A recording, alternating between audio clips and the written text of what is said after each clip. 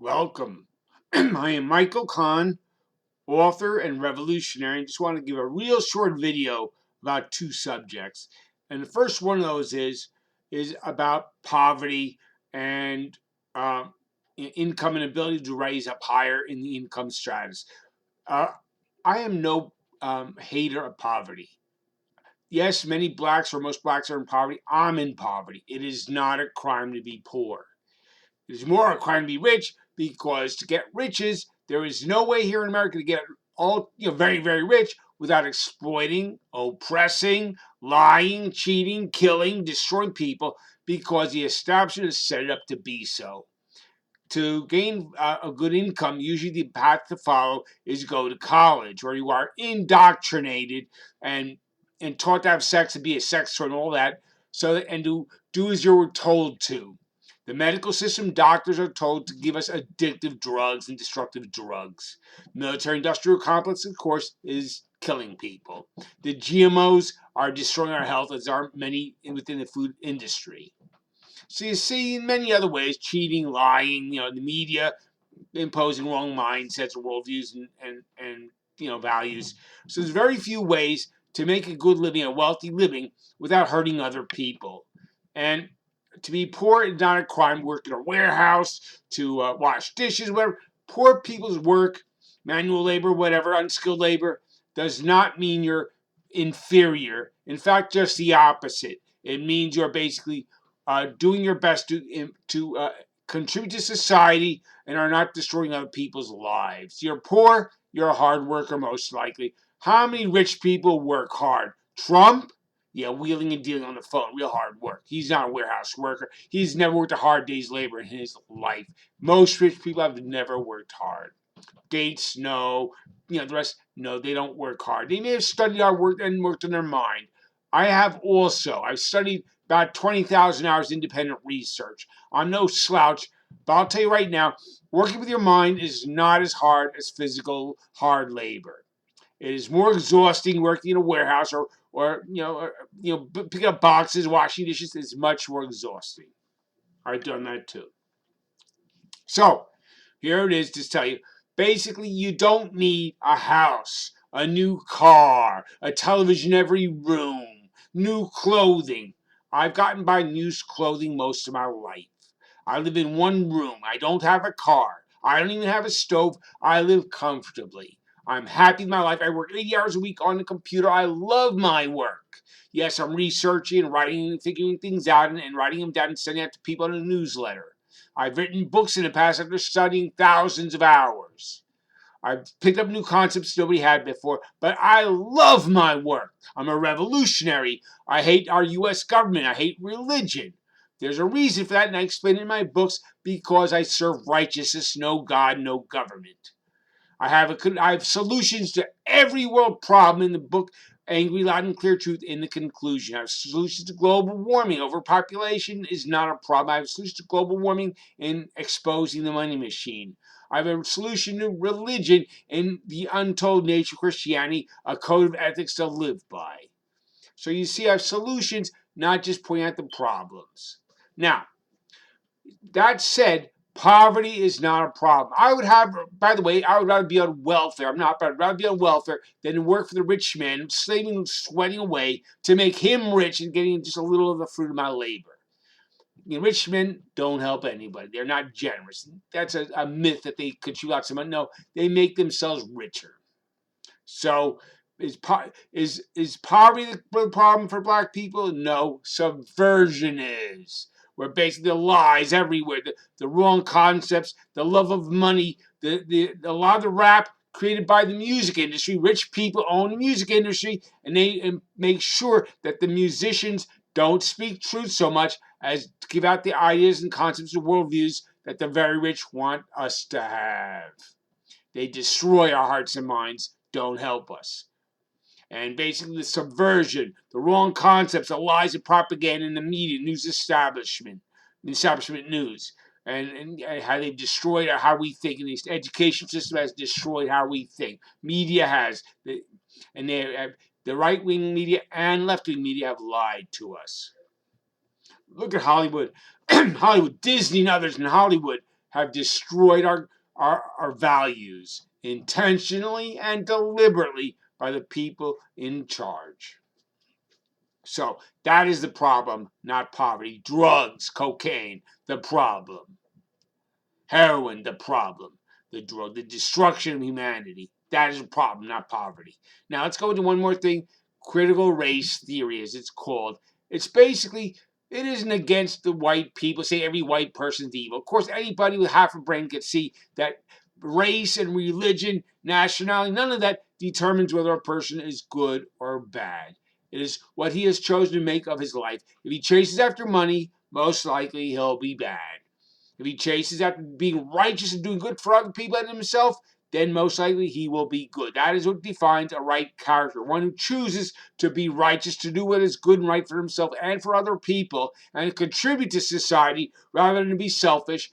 That is what makes a great person or a good person. Those who chase after money and greed, selfishness, harm, hate, those will be evil people. Simple.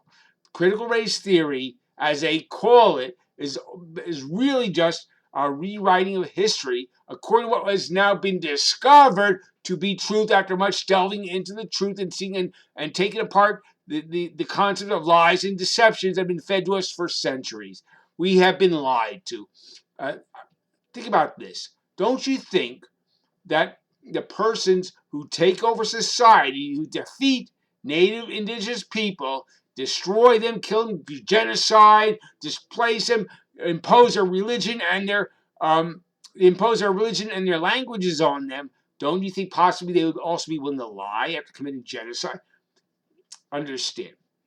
The Roman Empire, which included England, Spain, and France, dissolved. However, Christianity remained, the Vatican, and the nations in the Roman Empire, England, Spain, and France, and others, Portugal, many others, they discovered or they found North America, South America, Africa, India, China, Middle East, Australia. And what they do? Slavery, genocide, oppressive rule. They killed them off, they defeated them, and then they imposed their languages and their religion on them. Christianity. And why Christianity? Turn the other cheek. When you're persecuted for being righteous, rejoice. When you're weak, you are strong.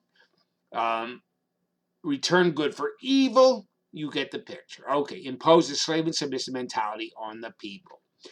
Slaves obey your masters no matter how wicked they are. The governor is placed there by God to do good, honor and obey him. You get it. So this is what's imposed on the people.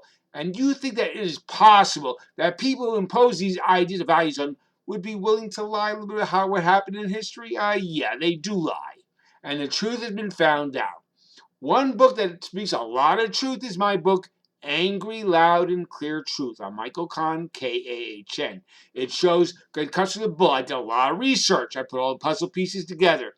And I found that those who are willing to commit genocide and kill people, bring them into hell, rule over them oppressively, are very, and the media establishment lies too, establishment media lies too, as you may have found out. Don't you think they would be willing to lie in your history books too? So I basically found out the truth about much of this, and I've written it down in Angry, Loud, and Clear Truth, which is subtitled The Growth and Mechanisms of the Romerican Empire. My book, Exposing the Money Machine, is subtitled Tyranny Through Government, Religious Institutions, and Media Deception, and it was published in 2016. So you get the untold nature of Christianity gives the true nature of the Bible. I was a devout, true, believing, Bible-thumping Christian for 10 years. I taught Bible, I mentored, I preached urban streets. I was a greeter in a huge church. I was a pillar in the church, and I debunked dispensation of grace, preacher of rapture, eternal security, debating seminary professors, and then I debunked the Bible and I saw the truth, left the faith. I buried the Bible with hundreds and hundreds of scriptures proving my points. I'm not saying that Christians are bad or evil. I have said that, but I'm going to detract from that. But I will say that pastors know the book is lies. They're taught that in seminary. I've had several mentoring pastors. I know what I'm talking about. I know the Bible inside, or at least I did. I forgot a lot of it because I haven't picked up for about 5 years now. But I taught Bible. I studied it 10,000 hours, some of it in original Greek and Hebrew. I read from Genesis to Revelation 20 times, studied 200 subjects in depth. I created 350 Bible studies independently. So think I may know a little bit on. I may have discovered a little truth, huh? Yes, I have. I can bring a lot of people to the truth. Give these books a chance by going to truthforceinternational.org and signing up for my free newsletter. The books are attached. Or if you want to tip somebody who's done a lot of hard work, all for free, and has profited very little, but you want to tip me a little, the books are for $3 on Amazon Kindle for easy reading. The books are knowledge. They are concepts never before unearthed and disclosed. They give you new and correct mindsets, worldviews, and values. I have a new code of ethics to live by instead of rules by a God that has created hell.